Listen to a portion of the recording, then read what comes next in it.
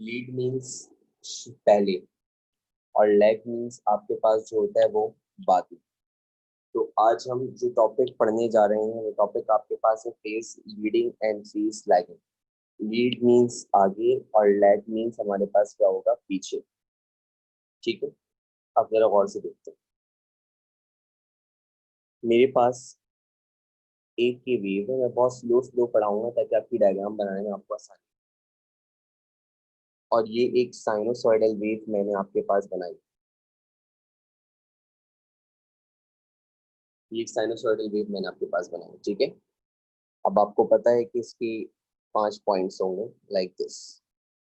ये जो पहला वाला पॉइंट होगा ये आपके पास 0 कहलाएगा, फिर आपके पास मैक्सिमम पॉइंट 5/2, फिर आपके पास 5, फिर नेगेटिव पीक 3/2, और फिर ये वाला आपके पास क्या कहलाएगा, 2π। ये आपके पास मैंने बनाई वेव 1।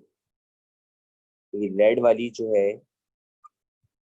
ये वेव 1 को इंडिकेट कर रही है, तो रेड वाली आपके पास वेव 1 को इंडिकेट कर रही है, ठीक है। अब मैंने आपके सामने एक दूसरी वेव बनाई, और दूसरी वेव मैंने आपके पास ब्लू पेन से बनाई या ब्लू मार्कर से बनाई। तो दूसरी वेव मैं बनाने जा रहा हूँ। दूसरी वेव यहाँ से आई आपके पास, ठीक है।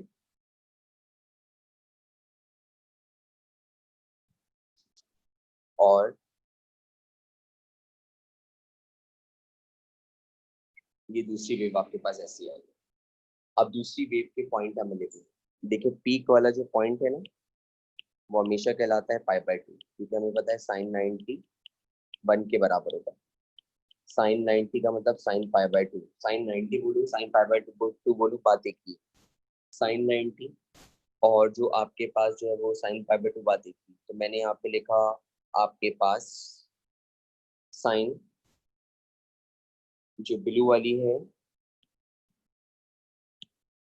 उसको मैंने आपके पास क्या बोला, वेव 2। वो ब्लू वाली आपके पास वेव 2 पाई जा रही है। अब मैं इसको लेबल करने जा रहा हूँ। देखते हैं कि इसको हम किस तरीके से लेबल करेंगे। यहाँ पे मुझे मिल रहा है 5/2, ठीक है, ब्लू वाली की बात हो रही है। तो ब्लू वाले का मुझे यहाँ मिल रहा है 5/2। फिर 5/2 के बाद जो हमारे पास आता है वो आपके पास ऐसी होती है। अगर यहाँ 0 होता है, अगर यहाँ पाई होता है, 2 होता है, तो फिर पाई आता है, ठीक है। और उसके बाद हमारे पास जो वेव है वो आगे प्रोसीड करती है। तो मेरे पास यहाँ पर जो चीज़ आएगी उसमें मेरे पास आया 5/2। फिर मेरे पास यहाँ पर आ गया पाई, ठीक है। और फिर मेरे पास आया 3π/2, और 3π/2 के बाद मेरे पास यहाँ पे आ गया 2π। ये मेरे पास यहाँ पे एक वेव प्रोसीड होना शुरू हुई। ये मेरे पास जो मैंने रेड ब्लैक कलर से लिख दी है ये एक्चुअली ब्लू वाली के आपके पास जो है पॉइंट्स है। पहले π/2 आता है, फिर पाई आता है, पाई के बाद 3π/2 आता है, फिर 3π/2 के बाद 2π आता है, ठीक है। और ये जो ब्लू वाली है आपके पास वेव 2 को रिप्रेजेंट कर रही है। अब मैं आपके पास जानना चाहता हूँ कि इनमें से जो आपके पास कौन सी वेव जो है वो लीड कर रही है और कौन सी वेव जो है वो लैग कर रही है। सबसे पहले वेव 1 का रेफरेंस पॉइंट देखें। वेव 1 जो है वो रेड वाली है। तो मैंने यहाँ पे देखा वेव 1 का जो रेफरेंस पॉइंट है वो आपके पास है 0, नजर आ रहा है आपको। वेव 1 का रेफरेंस पॉइंट क्या आ रहा है, 0। जबकि ब्लू वाली वेव 2 है, और ब्लू वाली वेव का रेफरेंस पॉइंट ये कितना है, π/2। ब्लू वाली वेव का रेफरेंस पॉइंट कितना है, π/2। और आपके पास जो रेड वाली है उसका रेफरेंस पॉइंट कितना है, 0। चेक कर लें ये रेड वाली का रेफरेंस पॉइंट क्या है, 0। जबकि ब्लू वाली का रेफरेंस क्या है, π/2। इसका मतलब मुझे कहना चाहिए कि π/2 is greater than 0। Am I right. π/2 जो है वो आपके पास 0 से बड़ा है। दोबारा बोल रहा हूँ, π/2 जो आपके पास है वो 0 से बड़ा है। π/2 जो है वो आपके पास 0 से बड़ा है। तो इसका मतलब π/2 अगर 0 से बड़ा है तो π/2 पहले आ रहा है और 0 बाद में आ रहा है। इसका मतलब आपके पास wave 2 is leading and wave 1 is lagging. जो आपके पास है वेव 2 वो लीड कर रही है, क्या प्रॉब्लम है। और जो वेव 1 है वो आपके पास लैग कर रही है, तो wave 2 is leading while wave 1 is lagging. Wave 1 lag क्यों कर रही है, क्योंकि वेव 2 में आपके पास जो रेफरेंस पॉइंट है मुझे पहले ही नजर आ रहा है वो पाई बाय 2 है, तो इसका मतलब ये वाली जो वेव है वो लीड कर रही है। कितने फेज डिफरेंस है, पाई बाय 2 से। कितने फेज डिफरेंस है, पाई बाय 2। चेक कर लें, यहाँ लिखा हुआ है पाई बाय 2 और यहाँ लिखा हुआ है 0, तो पाई बाय 2 में से मैंने 0 को माइनस किया तो फेज डिफरेंस आया पाई बाय 2, तो यहाँ पे आ गया पाई बाय 2। इसी तरीके से आप अगर ये नीचे वाला उठा लें, इस तरीके से अभी नीचे वाला उठा लें, तो पाई में से पाई बाय 2 को माइनस करें, तो जब मैंने इनको माइनस किया तो मेरे पास एलसीएम आ जाएगा 2 पाई, पाई से पाई कैंसिल 2, तो दोबारा आपके पास कितना आएगा, पाई बाय 2। इसी तरह अगर आप इनको उठा लें 3 पाई बाय 2 माइनस पाई, तो 3 पाई बाय 2 माइनस पाई करेंगे तो ये बनेगा 3 पाई, 2 पाई एलसीएम आ जाएगा यहाँ पे, तो 3 पाई में से 2 पाई निकाला, अगेन कितना है, पाई बाय 2। तो इसका मतलब यहाँ पे जो आपके पास वेव 2 वेव 1 से लीड कर रही है, वो लीड कर रही है bye phase difference of pi by 2। तो मुझे यहाँ पे एक जुमला लिखना चाहिए, कहीं पे भी फेज डिफरेंस निकालें, फेज डिफरेंस आपके पास कांस्टेंट आ रहा होता है, ठीक है, ध्यान में रखिएगा। अब मुझे यहाँ पे आपके पास एक जुमला लिखना चाहिए, और मुझे यहाँ पे एक जुमला ये लिखना चाहिए कि wave 2 is leading by a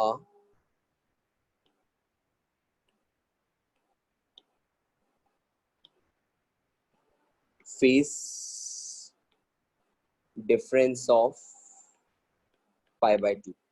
wave 2 is leading by a phase difference of pi by 2। wave 2 जो है वो आपके पास लीड कर रही है by a phase difference of pi by 2। यहाँ तक हमें बात समझ में आ गई और यहाँ तक हमने बात देख ली। ये आपके पास एक कॉन्सेप्ट होता है, इसको हमने देखा यहाँ पे कि कौन आगे है कौन पीछे चल रहा है। तो मैंने यहाँ पे देखा जब इसका 0 आ रहा है तो इसका पाई बाय 2 आ रहा है, तो पाई बाय 2 0 से बड़ा होता है, तो इसका मतलब आपके पास ये जो वेव 2 है ये लीड कर रही है, जबकि वेव 1 लैग कर रही है, पीछे है। अब मैं इसकी एक और डायग्राम बनाता हूँ और उसको देखते हैं कि उसमें क्या हो रहा है। डायग्राम्स प्रॉपर तरीके से बनाएं, बहुत स्लो स्लो, तभी मैं आपको यहाँ पे गाइड कर रहा हूँ ताकि आप डायग्राम्स जो है वो प्रॉपर तरीके से बना लें।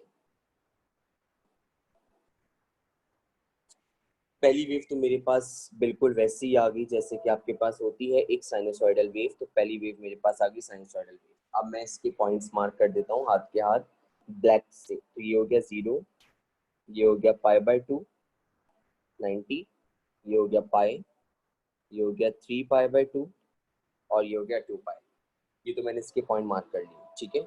अब जो अगली वेव है ना, वो मेरी अगली वेव यहाँ से शुरू हो रही है, यहाँ से अगली वेव मेरी यहाँ से शुरू हो रही है। जो नेक्स्ट वेव मेरी आने वाली है, ये ब्लैक वाली जो है ये वेव 1 है। ये जो ब्लैक वाली है वेव 1 है। अब रेड वाली वेव को हम बनाने जा रहे हैं कि रेड वाली वेव आपके पास क्या होगी। तो ये रेड वाली वेव आई,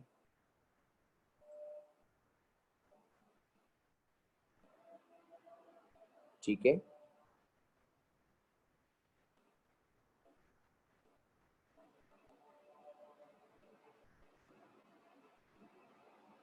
ये आ गई आपके पास एक रेड वाली वेव, जो आपको यहाँ पे रेड वाली वेव नजर आ रही है।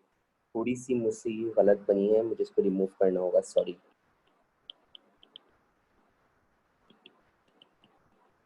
मेरी डायग्राम्स मुझसे सही नहीं बनती कभी भी।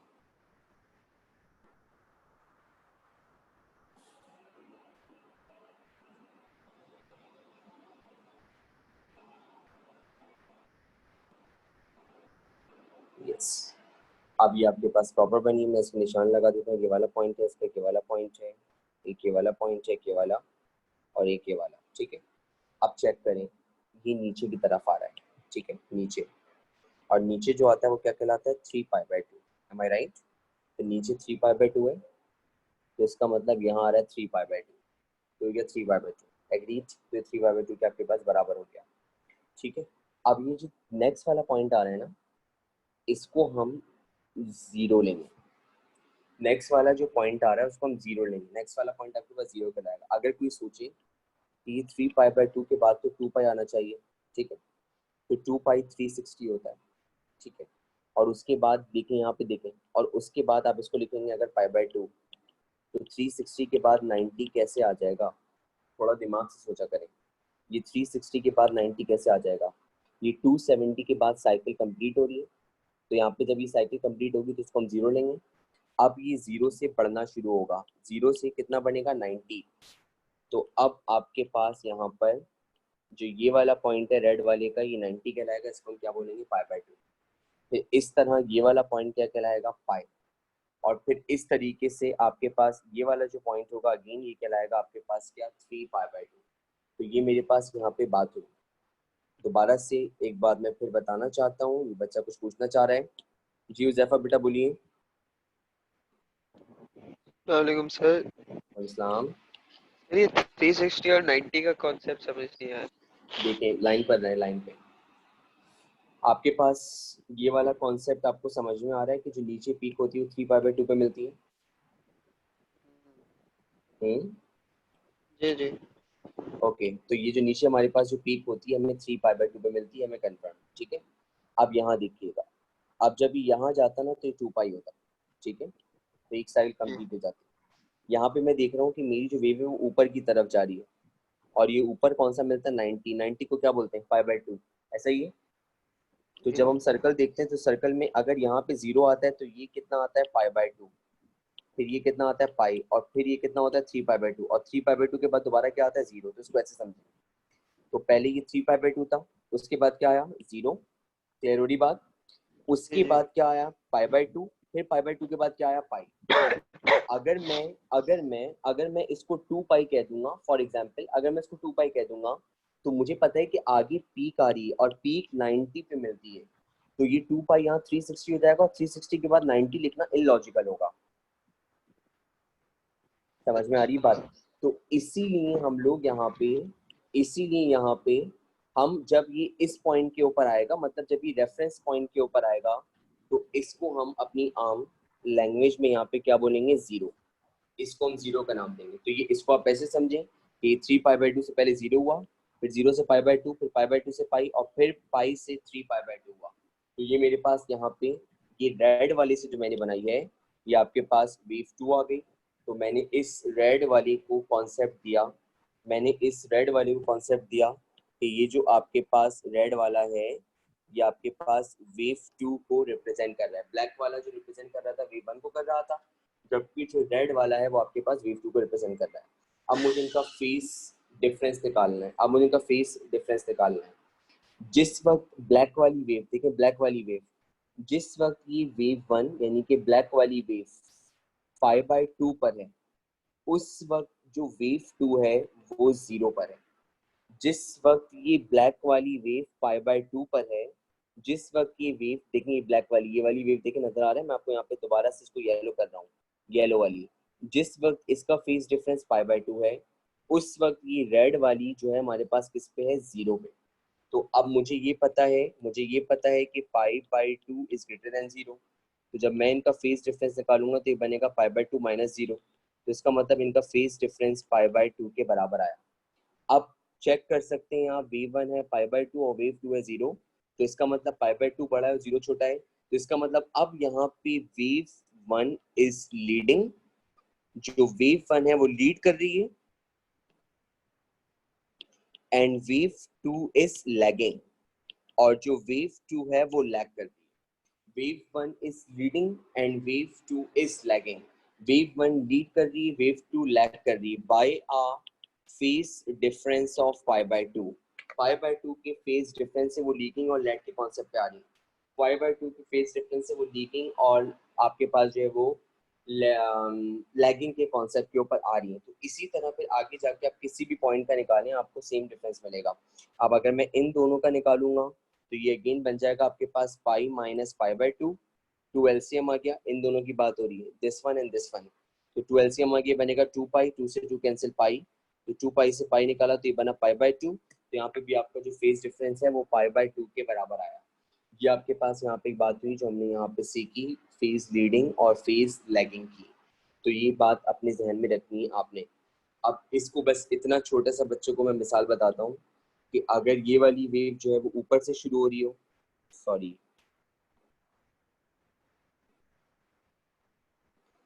अगर ये ऊपर वाली वेव जो है ऊपर से शुरू हो रही हो तो आपके पास ये लीड करेगी, और अगर यही वेव नीचे से शुरू हो रही हो, अगर यही वाली वेव नीचे से शुरू हो रही हो तो ये लैग करेगी। अगर यही वाली वेव ऊपर से शुरू होती तो ये लीड करती, और अगर यही वेव जीरो के नीचे से शुरू होगी तो आपके पास लैग करेगी। ये कॉन्सेप्ट्स इंपॉर्टेंट हैं और इन कॉन्सेप्ट्स को आपने फरामोश नहीं करना है, इन कॉन्सेप्ट्स को आपने याद रखना है, ठीक है। तो ये आपके पास यहाँ पे फेज लीडिंग की बात हुई और यहाँ पे आपके पास फेज लैगिंग की बात हुई, जो हमने यहाँ पे इसकी फेज लीडिंग और फेज लैगिंग के बारे में बातें पढ़ी। ये चीज़ आपको समझ में आ गई कि यहाँ पे क्या बात हो रही थी। अब जो कॉन्सेप्ट मैं पढ़ाने जा रहा हूँ वो आपके पास है, अब तीन चीज़ों में पढ़ना है। एक पढ़ना है रेजिस्टर, एक पढ़ना है कैपेसिटर और एक पढ़ना है इंडक्टर। ये तीन चीज़ें डिस्कस करनी है, एक रेजिस्टर, एक कैपेसिटर और एक इंडक्टर। सबसे पहले हम डिस्कस करने जा रहे हैं एसी थ्रू रेजिस्टर। सबसे पहले हम डिस्कस करने जा रहे हैं एसी थ्रू रेजिस्टर। सबसे पहले हम डिस्कस करने जा रहे हैं एसी थ्रू रेजिस्टर। ये रेजिस्टेंस में जब ऑल्टरनेटिंग करंट पास होता है तो क्या होता है। देखिए भाई, सबसे सिंपलेस्ट है ये, आने वाले जो दो हैं वो कॉम्प्लिकेटेड हैं, ये सबसे सिंपलेस्ट है। आपको सिर्फ फॉर्मूले याद रखने हैं, एमसीक्यूज के लिए चंद बातें बताऊंगा वो याद रखनी है। आपके पास ये ऑल्टरनेटिंग करंट है और ये ऑल्टरनेटिंग सोर्स हमने यहाँ पे लगाई हुई है, ठीक है। और ये मेरे पास एक रेजिस्टेंस मौजूद है, ये ऑल्टरनेटिंग सोर्स है, यहाँ पे मेरे पास एक रेजिस्टेंस मौजूद है। यहाँ से अगर इसके अंदर इस डायरेक्शन में करंट गुजरेगा तो आपको पता है कि फिर हाफ साइकिल होने के बाद ये अपनी डायरेक्शन को रिवर्स करेगा। आपके पास जब हाफ साइकिल होगी तो अपनी डायरेक्शन में क्या करेगा, रिवर्स। अब आपको यहाँ पे वोल्टेज का फॉर्मूला पता होना चाहिए। वोल्टेज का जो फॉर्मूला होता है हमारे पास वो होता है V is equal to V naught sine omega T, जबकि करंट का जो फॉर्मूला होता है वो होता है I is equal to I naught sine omega T. इसको मैं वी नॉट और आई नॉट को आई आर एम एस और वी आर एम एस भी कह सकता हूँ, ये बात मैंने आपको बताई थी। तो मेरे पास यहाँ पे फॉर्मूला होता है वोल्टेज का V is equal to V naught sine omega T, और जो करंट का फॉर्मूला होता है वो होता है हमारे पास I is equal to I naught sine omega T. अब मैं यहाँ पे वीटी ग्राफ बनाने जा रहा हूँ। वीटी ग्राफ का मतलब वोल्टेज टाइम ग्राफ। मैं यहाँ पे वोल्टेज टाइम ग्राफ बनाने जा रहा हूँ जिसको मैं वीटी ग्राफ कहता हूँ। तो ये वीटी ग्राफ मैंने यहाँ पे बनाया। ये मेरे पास एक वोल्टेज की बात हो रही है, मेरे पास एक टाइम की बात हो रही है। यहाँ पे अगर मैंने वोल्टेज लिया हुआ है, यहाँ पे मैंने अगर टाइम लिया हुआ है, तो वीटी ग्राफ एक साइनोसॉइडल है मेरे पास, और साइनोसॉइडल ग्राफ हमेशा ऐसे बनता है। तो ये मेरे पास साइनोसॉइडल ग्राफ इस तरीके से आ गया। इसके पॉइंट्स में मार्क कर लेता हूँ। इसका एक ये पॉइंट होता है, एक ये पॉइंट होता है, एक ये पॉइंट होता है, एक ये पॉइंट होता है, एक ये पॉइंट होता है, ये होता है पाई, ये होता है सॉरी, ये वाला पॉइंट आपके पास कहलाता है जीरो। इसको मैं जीरो का नाम देता हूँ। फिर ये पाई बाय टू होता है, ये पाई होता है, थ्री पाई बाय टू होता है, और ये आपके पास टू पाई होता है। उसके बाद मेरे पास जो चीज़ आती है वो आती है आपके पास I T graph. According to Ohm's law, अगर आपके पास एक रेजिस्टर में से करंट पास होता है तो वोल्टेज और करंट डायरेक्टली प्रोपोर्शनल होते हैं। यानी कि जैसे जैसे आपके पास सिस्टम में से गुजरने वाला करंट बढ़ता है वैसे वैसे आपके पास पोटेंशियल डिफरेंस भी उस रेजिस्टेंस के अक्रॉस बढ़ती है। और मैंने अभी आपसे बोला कि हम जो ओम्स लॉ को अप्लाई कर रहे होते हैं वो हम एक कंडक्टर के ऊपर अप्लाई कर रहे होते हैं। इसमें आपके पास प्योरली एक रेजिस्टेंस पाई जा रही होती है। तो जब यहाँ पे करंट और टाइम का ग्राफ बनता है तो करंट और टाइम का ग्राफ बिल्कुल सेम वैसे ही आता है जैसे आपके पास वोल्टेज टाइम ग्राफ आया। जैसे आपके पास वोल्टेज टाइम ग्राफ आया वैसे ही आपके पास जो है वो करंट और टाइम का ग्राफ आता है। तो यहाँ पे आपके पास आ जाता है गेन जीरो, यहाँ पे पाई बाय टू, यहाँ पे पाई, यहाँ थ्री पाई बाय टू, यहाँ पे टू पाई। याद रखिएगा, इसको मैं इस तरीके से समझाता हूँ कि जैसे आपके पास वोल्टेज में ग्रोथ होगी वैसी ही आपके पास करंट में ग्रोथ होगी। अगर आपके पास वोल्टेज बढ़ेगा तो आपके पास करंट भी बढ़ेगा। अगर आपके पास वोल्टेज बढ़ेगा, अगर आपके पास वोल्टेज बढ़ेगा, अगर आपके पास वोल्टेज बढ़ेगा तो आपके पास करंट भी बढ़ेगा। अगर आपके पास करंट ऐसे मूव कर रहा है और करंट अगर मैक्सिमम होगा इस साइकिल में, अगर इस साइकिल में करंट मैक्सिमम होगा तो याद रखिएगा उस वक्त कंडक्टर के अक्रॉस वोल्टेज ही मैक्सिमम होगा। और फिर हाफ साइकिल में आपके पास क्रॉस होने के बाद क्या होता है, फिर आपके पास करंट की जो नेगेटिव साइड के ऊपर वैल्यू बढ़ रही होती है ऑपोजिट डायरेक्शन में, तो फिर वोल्टेज की भी ऑपोजिट डायरेक्शन में नेगेटिव साइड के ऊपर वैल्यू बढ़ेगी। तो जैसे करंट की ग्रोथ होगी वैसे ही आपके पास वोल्टेज की ग्रोथ होगी रेजिस्टेंस के अंदर, और जिस तरीके से आपके पास वोल्टेज डिक्लाइन होगा वैसे ही आपके पास करंट भी डिक्लाइन होगा। तो जब एक प्योर रेजिस्टेंस हमारे पास उसमें से ऑल्टरनेटिंग करंट अगर हम पास करवाते हैं तो दोनों का वोल्टेज और करंट दोनों का बिहेवियर बिल्कुल सेम होता है। दोबारा बोल रहा हूँ, दोनों का बिहेवियर बिल्कुल सेम होता है। जब जब आप एक pure resistance, that means it does not contain any capacitor, it does not contain any inductor, it only contains a resistive circuit, ये सिर्फ एक रेजिस्टिव सर्किट है। तो जब एक रेजिस्टर में से ऑल्टरनेटिंग करंट पास होगा, जब एक रेजिस्टर में से ऑल्टरनेटिंग करंट पास होगा, तो उसके अंदर आपके पास किसी किस्म का वोल्टेज और करंट के अंदर आगे पीछे जैसा तायुन नहीं आएगा, उनके अंदर कोई आगे पीछे जैसा तायुन नहीं आएगा। मतलब ऐसा नहीं होगा कि कोई एक चीज आगे हो कि कोई एक चीज पीछे हो। इसका मतलब मैं यहाँ पे कहना चाह रहा हूँ, इसका मतलब है मैं यहाँ पे कहना चाह रहा हूँ, there is no lead and there is no lag. इसमें कोई लीड नहीं होगी, इसमें कोई लैग नहीं होगा, और आपके पास जो फेज होगा बिटवीन वोल्टेज एंड करंट, वो आपके पास होगा जीरो। जो फेज होगा बिटवीन वोल्टेज एंड करंट वो आपके पास होगा जीरो।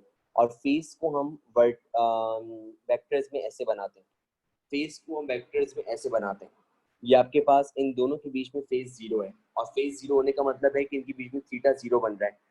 हर वोल्टेज और हर करंट की बनती है एक फेजर डायग्राम, और phasor diagram is similar to a vector diagram. Phasor diagram is similar to a vector diagram. Phasor diagram vector diagram से सिमिलर होती है। तो आपके पास यहाँ पे जब एक कंडक्टर में से प्योरली ऑल्टरनेटिंग करंट हम पास करवाएंगे तो उनमें कोई फेज डिफरेंस नहीं होता, और उनमें थीटा की वैल्यू क्या होती है आपके पास जीरो। जबकि कंडक्टर के अंदर पावर डेसिपेशन मैक्सिमम होती है, कंडक्टर के अंदर पावर डेसिपेशन मैक्सिमम, पावर का फॉर्मूला होता है P is equal to V I, और इसका फॉर्मूला होता है वी स्क्वायर अपॉन आर, या फिर इसका फॉर्मूला होता है हमारे पास I square R. Power is the product of voltage and current, और हमें ये पता होता है कि आपके पास P is equal to V I होता है। और इसके साथ साथ अगर हम ओम्स लॉ लगाते हैं, एक बार V को आई आर पुट कर दें और एक बार I को V अपॉन आर पुट कर दें, दो फॉर्मूले आते हैं, एक वी स्क्वायर अपॉन आर और एक आई स्क्वायर आर। तो पावर डेसिपेशन जो होती है कंडक्टर में, याद रखिएगा, वो मैक्सिमम होती है।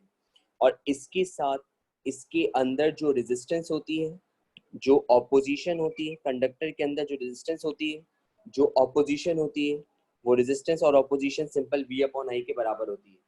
और यहाँ पर ये जो रेजिस्टेंस होती है that is independent of frequency of alternating current.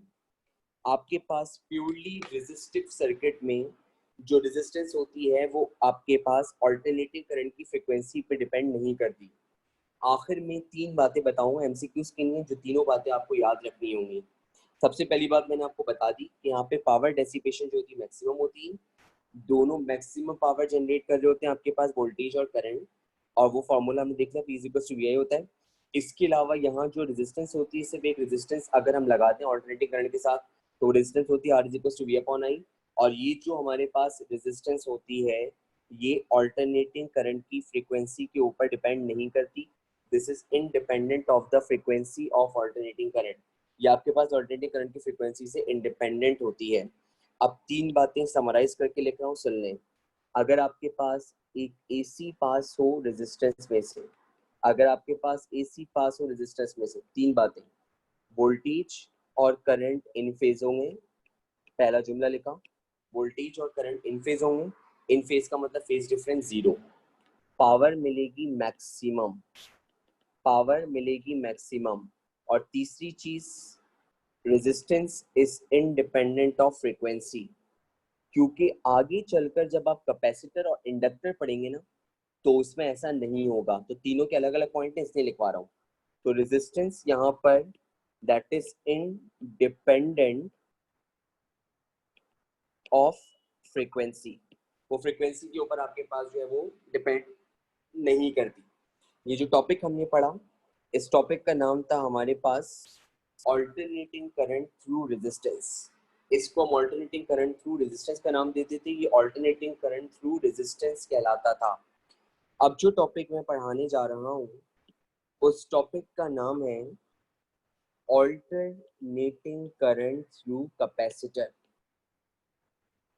अभी से बातें बता रहा हूँ कि सिर्फ बेसिक बेसिक बातें बताऊंगा, जितनी बातें आपके लिए जानना जरूरी है उतनी। आपके पास ऑल्टरनेटिंग करंट थ्रू कैपेसिटर, आपको ये जानना है कि आपके पास जो होता है वो कैपेसिटर के अंदर ऑल्टरनेटिंग करंट जो होता है जब वो पास करता है तो उससे आपके पास क्या क्या चीज़ें होती हैं जो हमें समझ में आनी चाहिए। सबसे पहली बात तो एग्जाम में रखिएगा, कैपेसिटर में से डीसी कभी भी पास नहीं होता। नोट कर लें, capacitor blocks DC, direct current capacitor में से कभी पास नहीं होता। कैपेसिटर में से डायरेक्ट करंट कभी पास नहीं होता। Capacitor blocks DC, capacitor blocks DC, capacitor DC को ब्लॉक कर लेता है। कैपेसिटर ब्लॉक्स डीसी, कैपेसिटर में से डायरेक्ट करंट कभी भी पास नहीं होता। कैपेसिटर में से डायरेक्ट करंट आपके पास जो है वो कभी भी पास नहीं होता। कैपेसिटर आपके पास जो डीसी है उसको ब्लॉक कर लेता है। अब कैपेसिटर डीसी को ब्लॉक कैसे करता है उसको देखें। अगर आपके पास यहाँ पे एक मौजूद है फॉर एग्जांपल बैटरी, और ये डीसी बैटरी है, तो अगर मेरे पास एक डीसी बैटरी मौजूद है और यहाँ पे अगर एक बल्ब इसके साथ लगा हुआ है और ये इसके साथ एक कैपेसिटर मौजूद है, तो डीसी बैटरी इसको कॉन्स्टेंटली चार्ज करेगी। जब डीसी बैटरी इसको कॉन्स्टेंटली चार्ज करेगी तो यहाँ नेगेटिव चार्जेस जाकर इसके ऊपर आके स्टोर होना शुरू हो जाएंगे और पॉजिटिव चार्जेस आकर इस पे स्टोर होना शुरू हो जाएंगे। चार्जेस का फ्लो नहीं होगा, चार्जेस का फ्लो नहीं होगा। यहाँ पे चार्जेस आएंगे नेगेटिव जो आपके पास इस पे आके स्टोर हो जाएंगे, और जो पॉजिटिव चार्ज होंगे वो आके इस पे स्टोर हो जाएंगे। अब होगा क्या, यहाँ बहुत सारे नेगेटिव पहुंच चुके होंगे और कुछ नेगेटिव अभी भी आ रहे होंगे, तो अब नेगेटिव नेगेटिव रिपल्जन होगी। इसी तरह यहाँ पे बहुत सारे पॉजिटिव पहुंच चुके होंगे और बहुत सारे पॉजिटिव चलकर आ रहे होंगे, तो पॉजिटिव पॉजिटिव क्या होगी, रिपल्जन।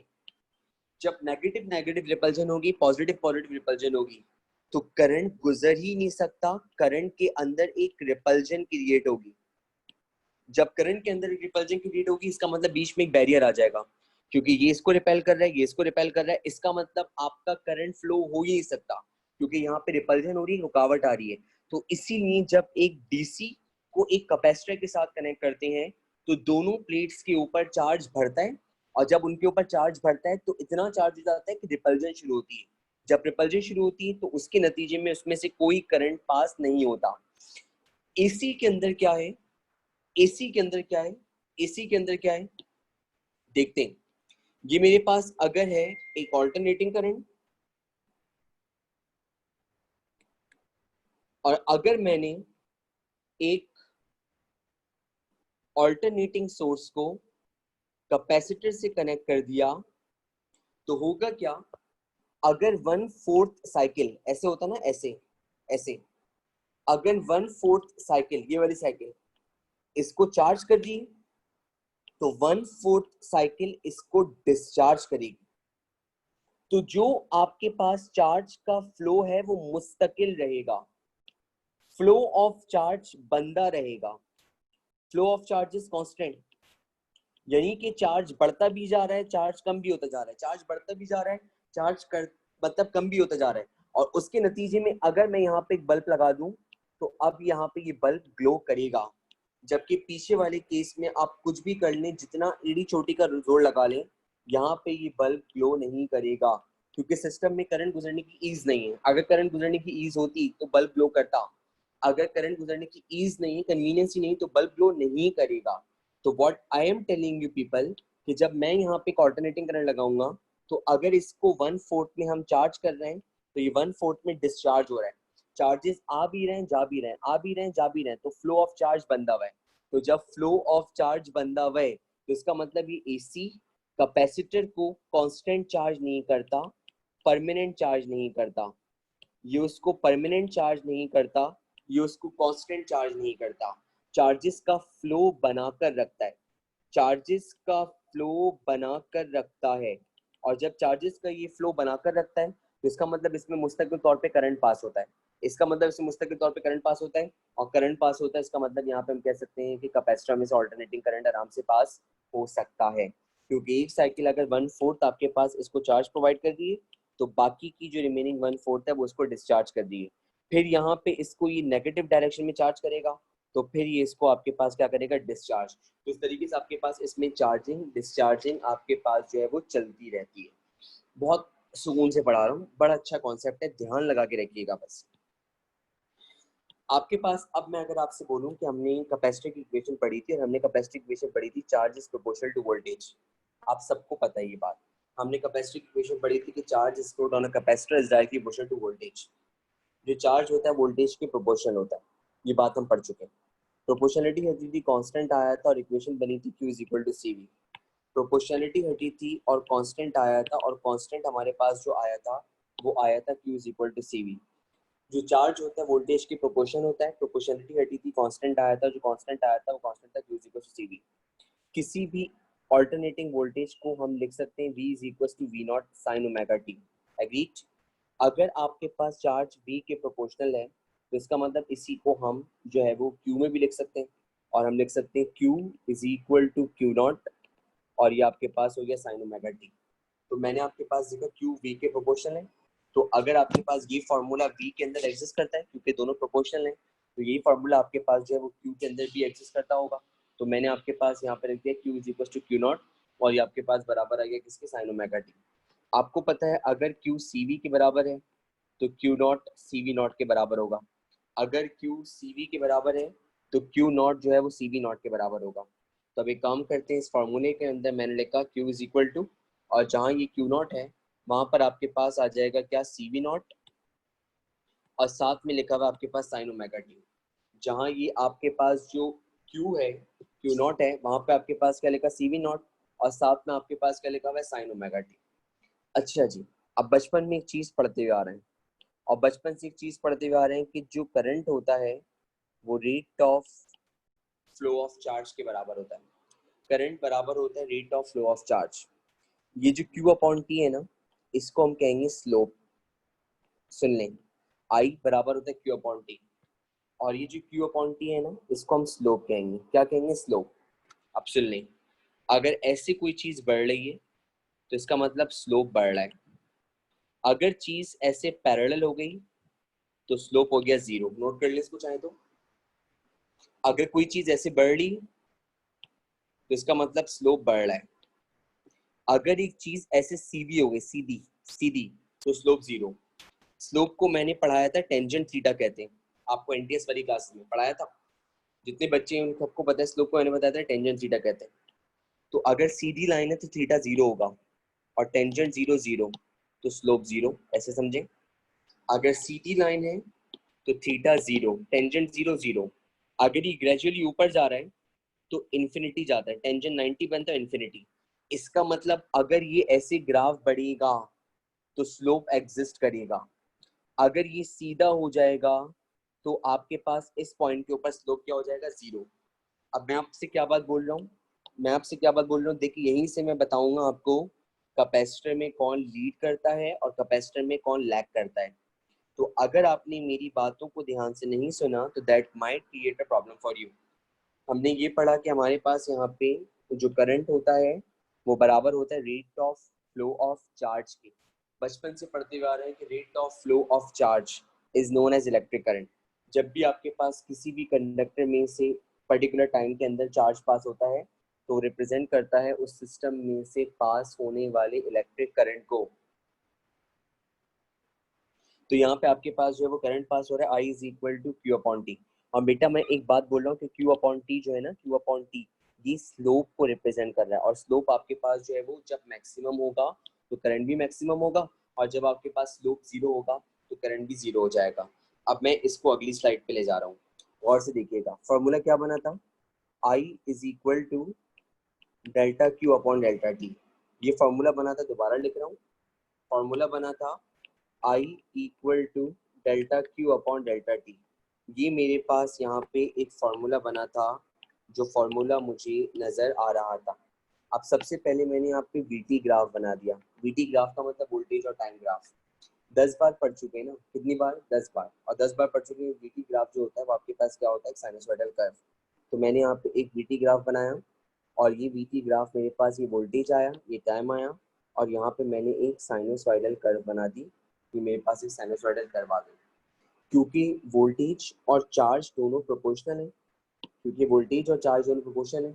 तो जैसी सूरत हाल आपके पास आएगी किसकी, वोल्टेज की ग्राफ की, वैसी ही सूरत हाल आपके पास किसकी आएगी, चार्ज के ग्राफ की। तो मैंने आपके पास अब यहाँ पर जनाब आपके सामने बना दिया क्यूटी ग्राफ। क्यूटी ग्राफ का मतलब है चार्ज और टाइम का ग्राफ, और चार्ज और टाइम का ग्राफ भी मुझे कुछ ऐसे मिला। ये मेरे पास आ गया चार्ज और टाइम का ग्राफ, तो यहाँ पे आ गया चार्ज और यहाँ पे आ गया टी। चार्ज और टाइम का ग्राफ मेरे पास आ गया। बात समझ में आ गई? तो क्यों आया है, क्योंकि वोल्टेज साइन का फंक्शन रखता है, अभी पढ़ा था यहाँ पे, अभी पढ़ा था यहाँ पे वोल्टेज साइन का फंक्शन रखता है, v is equal to V naught sine omega T. और जो वोल्टेज है वो चार्ज के प्रोपोर्शन होता है, तो जैसा वोल्टेज का फॉर्मूला वैसे ही आपके पास चार्ज का फॉर्मूला। तो जैसा वोल्टेज का ग्राफ वैसे ही चार्ज का ग्राफ। दोनों के चार्जेस मेरे पास जो मतलब दोनों के जो कॉन्सेप्ट वो बिल्कुल सेम थे, सिमिलैरिटी थी, दोनों के ग्राफ मेरे पास क्या आ गए, सम। अब मुझे बनाना है करंट टाइम ग्राफ। इसको बड़ा एहतियात से समझना है। मैंने अभी बोला इसको बड़ा एहतियात से समझना है। क्या समझना है, एहतियात। देखते हैं यहाँ पे, ठीक है। Q अपॉन टी अगर बढ़ेगा तो करंट बढ़ेगा, क्योंकि Q अपॉन टी का मतलब क्या है, स्लोप। स्लोप स्लोप ये ऐसी लाइन है और ये ऐसी लाइन है। This is perpendicular, this is base. Charge is perpendicular, time is base. Perpendicular upon base represents tangent theta, जिसको हम अपनी आम जबान में क्या बोलते हैं, स्लोप। अब देखें, जब ऐसे जा रहे हैं तो स्लोप बढ़ रहा है, ऐसे जा रहे हैं तो स्लोप बढ़ रहा है, ऐसे जा रहे हैं स्लोप बढ़ रहा है। इसका मतलब क्या है, इस लाइन के ऊपर स्लोप मैक्सिमम है, इस लाइन के ऊपर स्लोप क्या है, मैक्सिमम। तो इस लाइन पे अगर स्लोप मैक्सिमम है, तो स्लोप मैक्सिमम होने का मतलब है कि करंट भी मैक्सिमम मिलेगा। तो स्लोप मैक्सिमम तो करंट मैक्सिमम, तो मुझे करंट का यहाँ पे एक पॉइंट मिल गया। क्या मिल गया, एक पॉइंट। किसी ने कहा आप क्या कर रहे हैं भाई, कुछ समझ में नहीं आ रहा, आपने क्या क्या समझ, आप बोले। देखें यहाँ पे गौर से, यहाँ लिखा है Q upon T. What I was telling you, when this is going to shift upward, then the slope will be maximum. When it would become like this is the horizontal line, then slope will be zero. तो यहाँ क्योंकि कोई angle नहीं है ना, तो अब इस पॉइंट पे क्या हो रहा है, इस पॉइंट के ऊपर जैसे जैसे मैं ऊपर जा रहा हूँ वैसे वैसे स्लोप बढ़ रहा है। तो स्लोप जब बढ़ेगा तो इसको रिलेट करें तो करंट क्या होगा, मैक्सिमम। तो मुझे इस पॉइंट में मैक्सिमम करंट मिला, पहला पॉइंट आ गया। अब ये ग्राफ बढ़ते बढ़ते इस पॉइंट पर आया। अब ये लाइन क्या होगी, पैरेलल। जब ये लाइन पैरेलल हुई तो यहाँ पे इसका स्लोप क्या हुआ, जीरो। जब स्लोप जीरो तो करंट जीरो, तो करंट जीरो आपका यहाँ पर आ गया, एग्रीड। तो करंट जीरो यहाँ पे आ गया। अब ये वाला जो स्लोप है वो नीचे की जानिब बढ़ रहा है। जब ये स्लोप आपका नीचे की जानिब बढ़ेगा, तो जब स्लोप बढ़ेगा तो करंट भी बढ़ेगा। तो अगर स्लोप नीचे की जानिब बढ़ रहा है तो करंट भी नीचे की जानिब बढ़ेगा। तो यहाँ पर आपके पास अब मुझे इस जानिब यहाँ पर एक और पॉइंट मिल जाएगा, ठीक है। तो यहाँ पे आपके पास मुझे क्या मिला है, एक पॉइंट।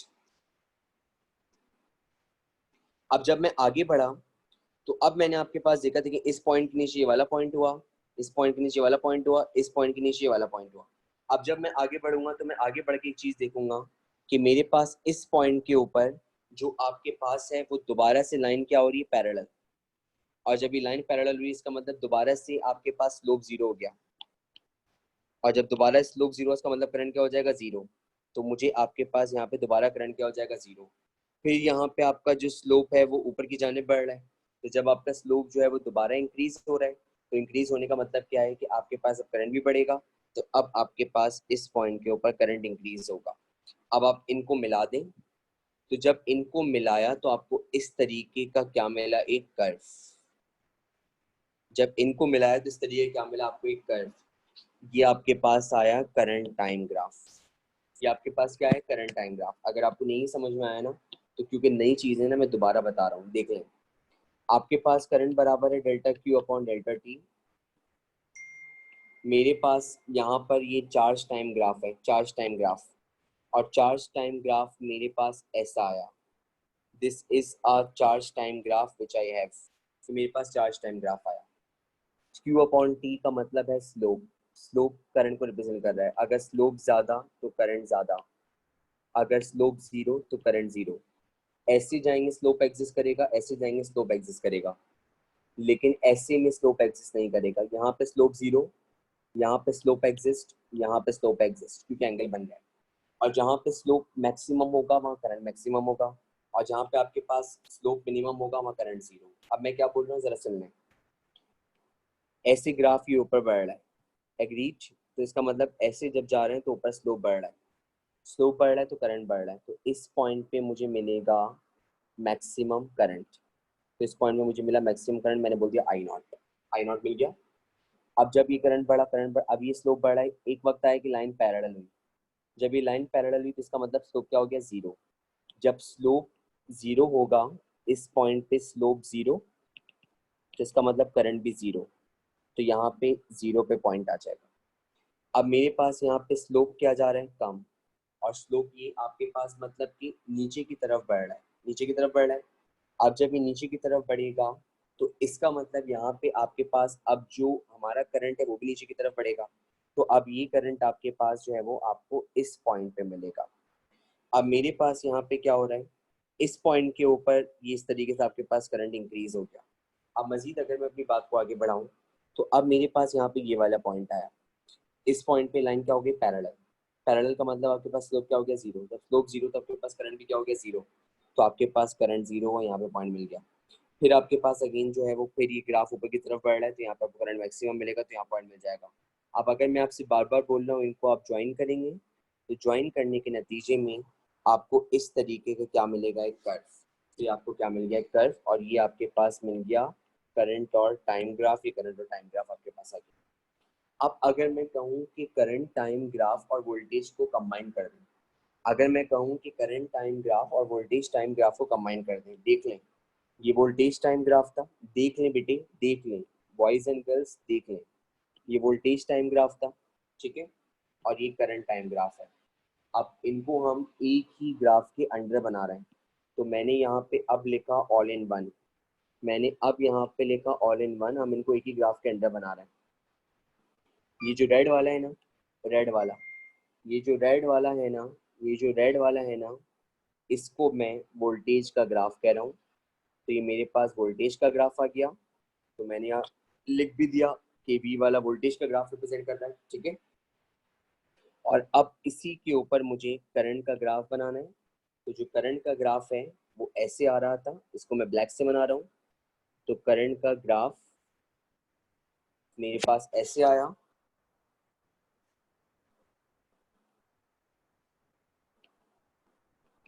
ठीक है, ऐसे। तो ये मेरे पास इसका ग्राफ आ गया करंट का। तो ये ब्लैक वाला किसका आ रहा है, करंट। आप चेक कर लें, वोल्टेज का रेफरेंस पॉइंट कितना है, जीरो, और करंट का रेफरेंस पॉइंट कितना है, पाई बाय टू। तो इसका मतलब current leads and voltage lags. Capacitor में करंट लीड करता है, नोट कर लें,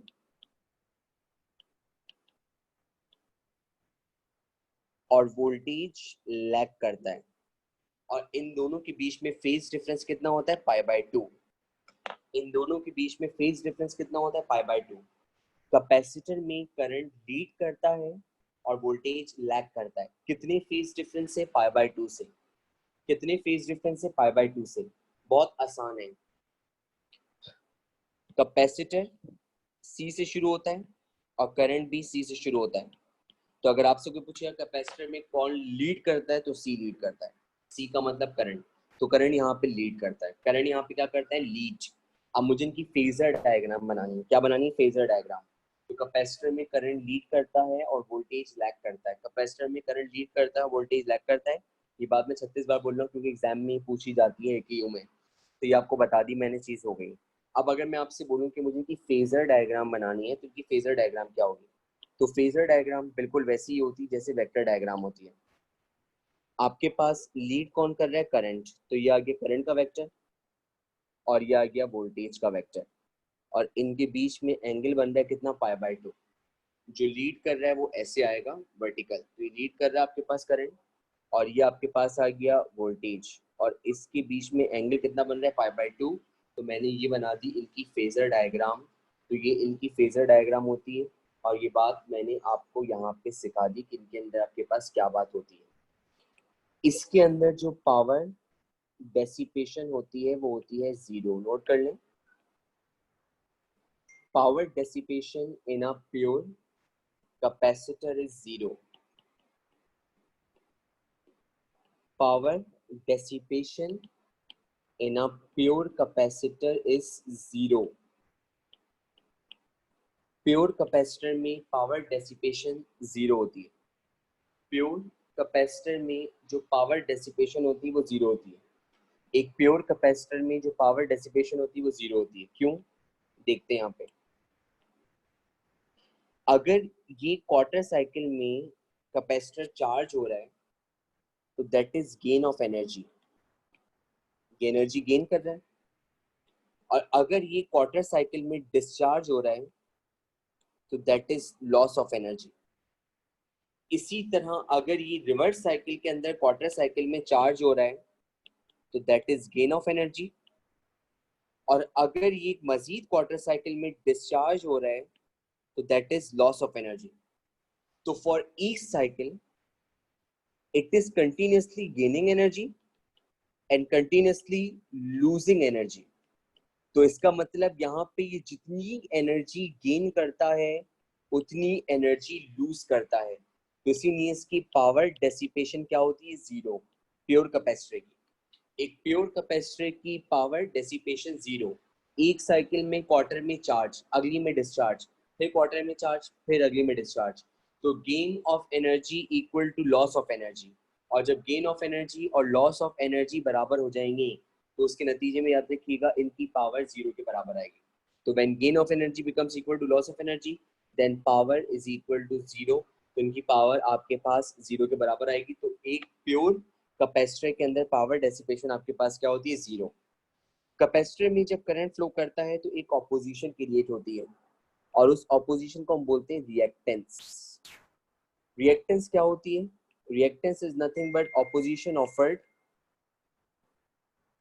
Reactance is nothing but opposition offered by the capacitor to the flow of AC। ये वो ऑपोजिशन है जो आपके पास कैपेसिटर AC के फ्लो में अप्लाई करता है ताकि ऑल्टरनेटिंग करंट आपका जो है वो आसानी फ्लो ना कर सके। तो उसको हम अपनी आम जबान में जो ऑपोजिशन है इसको हम अपनी आम जबान में नाम देते हैं रिएक्टेंस। ये रिएक्टेंस कहलाती है। रिएक्टेंस को डिनोट करते हैं XC। क्या बोलते हैं? XC। and it is nothing but opposition, so it is measured in ohms। it is nothing but opposition, so it is measured in ohms। ohms से मेजर होती है। और अगर ohms लॉ होता है V is equal to IR तो R is equal to V upon I। तो reactance XC बराबर होती है VRMS अपॉन IRMS। ये VRMS अपॉन IRMS के बराबर होती है। फॉर्मूले याद रखें, बार बार बोल रहा हूँ। और XC का एक और फॉर्मूला होता है 1 upon omega C। Omega angular velocity होती है, वो 2 पाई f के बराबर होती है। तो XC का एक और फॉर्मूला आया 2 पाई FC। दोनों फॉर्मूले याद रखिएगा। XC रिएक्टेंस है। रिएक्टेंस का मतलब ये वो ऑपोजिशन है जो आपके पास करंट के फ्लो में लगती है। किसको?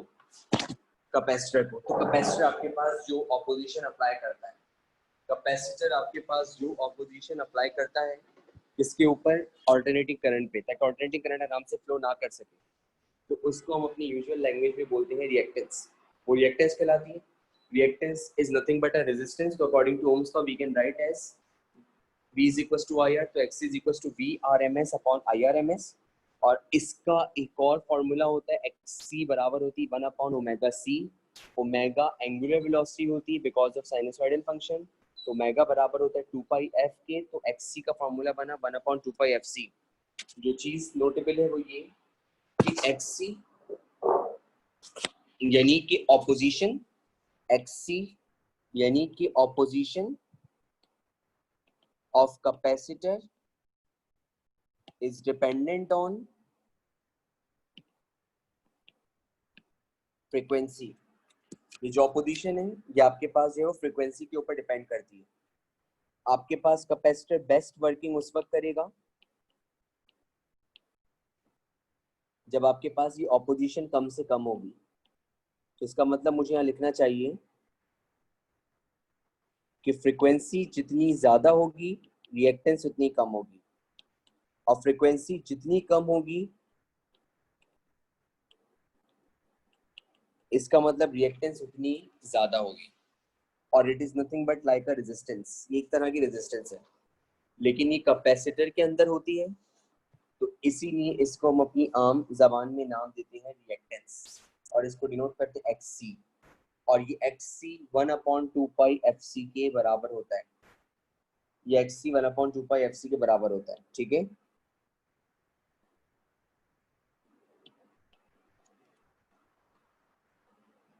अब अगर मैं आपसे उसको समराइज करना चाहूँ